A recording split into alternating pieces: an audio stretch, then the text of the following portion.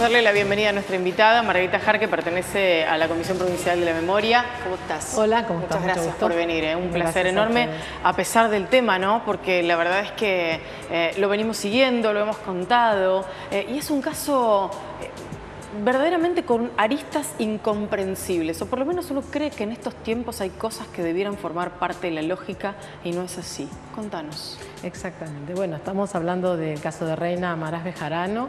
Es una ciudadana boliviana, migrante, viviendo en nuestro país desde el año 2010. Vino aquí con apenas 21 años, bueno, quechua parlante y, bueno, pobre.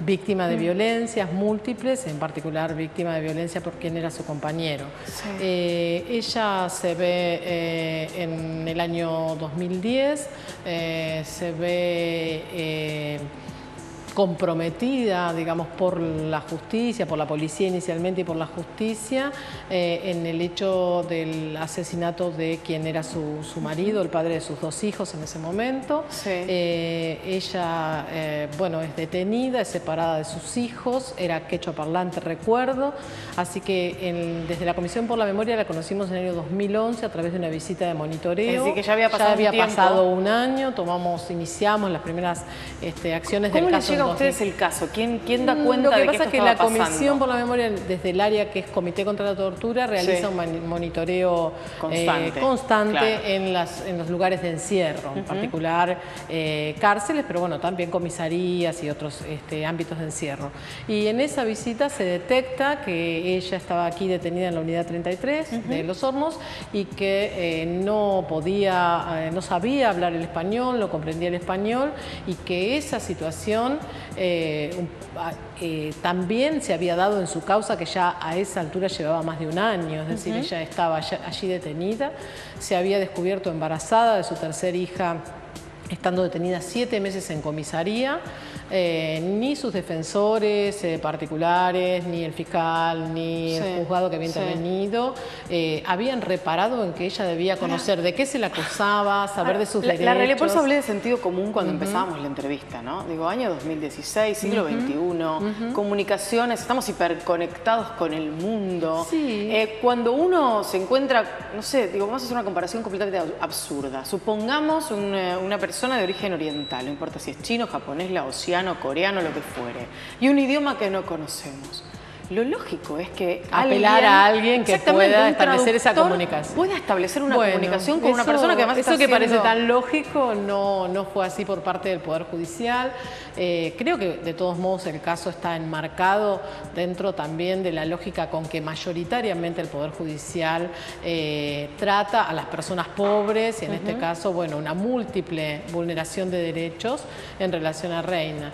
Pero bueno, básicamente esa fue la primera intervención que hicimos como comisión, resolver el tema de que realmente ella tuviera un intérprete. Ahí se ven las imágenes a Frida Rojas, que es una intérprete que primero se acerca solidariamente, luego conseguida por nosotros como comisión, luego debimos hacer una cantidad de trámites ante la Corte para que le indicara al Tribunal 1 de Quilmes, que era el que intervenía, que debía haber una intérprete. Finalmente eso derivó en que nosotros como comisión le dijimos a la Corte que debía de haber un registro de intérpretes de lenguas originarias. Claro.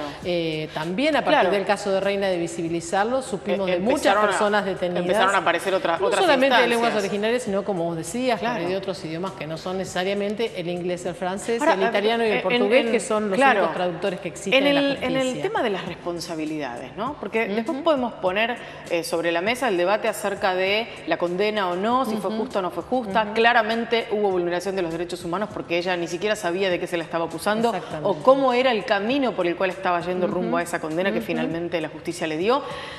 Digo, en medio de toda esta historia, ¿quién se hace responsable suponiendo que una vez revisada la condena no fuera de las características o del monto que finalmente decidió la justicia?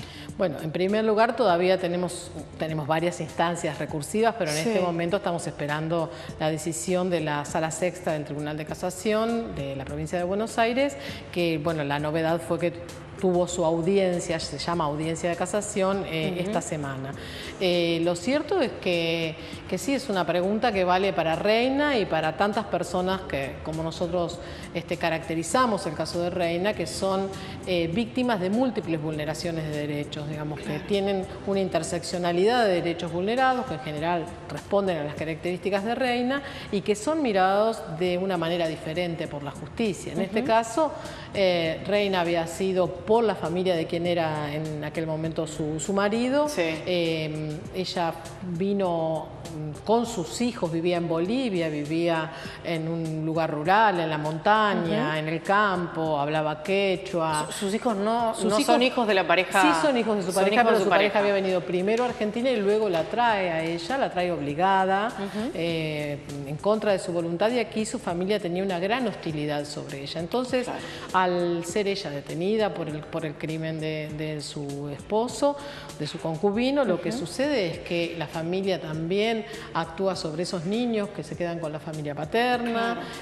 Luego de un año, más de un año, al niño mayor se le realiza una cámara Gesell. Eso es muy interesante, cómo el defensor de casación cuestiona esa medida probatoria, que para el Tribunal Oral de Primera Instancia fue una medida clave. Sin embargo, fue una cámara realizada sobre un niño que tenía ya un discurso instaurado por la familia. Hacía un año que estaba con la familia de su papá, que era la víctima en este caso. Por lo tanto, ¿no? La víctima por haber sido la persona que murió, digamos, a manos de su pareja. Entonces, bueno, un poco lo que se observa, digamos, también sucedió durante el debate oral, que se permitió la intérprete para Reina, pero no así para sus hermanas. Por ejemplo, para sus hermanas, que también eran testigos de algunas de las situaciones de violencia que ella había vivido. ¿Y por qué esa diferencia? Digamos, ¿por qué se permite la intérprete para Reina y no para los testigos? Nunca lo supimos. El fiscal se opuso, el tribunal lo decidió de ese modo. En realidad sí era mucho trabajo, a lo mejor. Yo creo que es más profundo. Creo que las juezas, en este caso paradójicamente, eran tres juezas mujeres, tenían una opinión prejuiciosa. Ya formada sobre ella. Exactamente, sobre ella, como sucede con la mayoría de las mujeres pobres. Por ejemplo, una de las cosas que se intentaba preguntar y que Reina respondiera era por qué no había realizado denuncias si era golpeada por su marido. Bueno, digamos. Tenemos un problema de idioma, claro, que era una barrera. De comprensión de lo que es ser víctima de violencias, ¿no? Y en particular de violencia de género.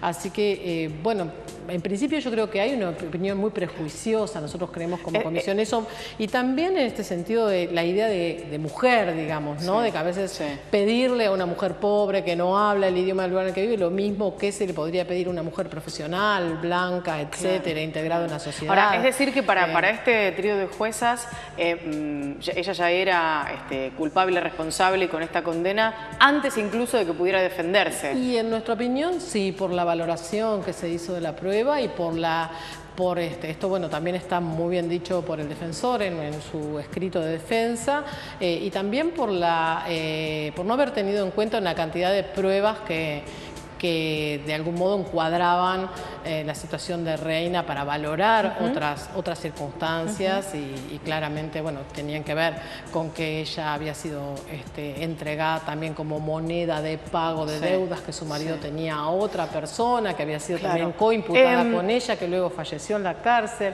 que había dicho a testigos antes de morir que él había sido el autor. Sin embargo, todo eso no fue tenido en cuenta. Margarita, es muy impresionante, la historia es extensa. Seguramente vamos a ir siguiendo capítulos en próximas oportunidades y en próximos encuentros. Yo quiero preguntarte ahora por ella, en particular por Reina, saber cómo está y qué es lo que pudo entender finalmente de todo lo que le tocó vivir a lo largo de este tiempo, desde esa decisión que ella toma de matar a la persona que era su pareja y que la venía sometiendo hacía tanto tiempo, y este momento en el que se encuentra con ustedes y con la posibilidad de contar efectivamente qué le pasó. En principio querría aclarar que ella ha postulado siempre su inocencia y de lo que incluso no hay pruebas. ¿Habla de defensa propia? No, tampoco. En realidad, bueno, lo que se supone es que quien realizó este hecho fue una persona que convivía con ellos en un horno de ladrillos. Es decir que ni siquiera hubo una escena entre ellos dos. Y no hay tampoco ninguna prueba que sea contundente en este sentido. ¿Es todavía más grave? Es todavía más grave. Sí, es todavía más grave en este caso.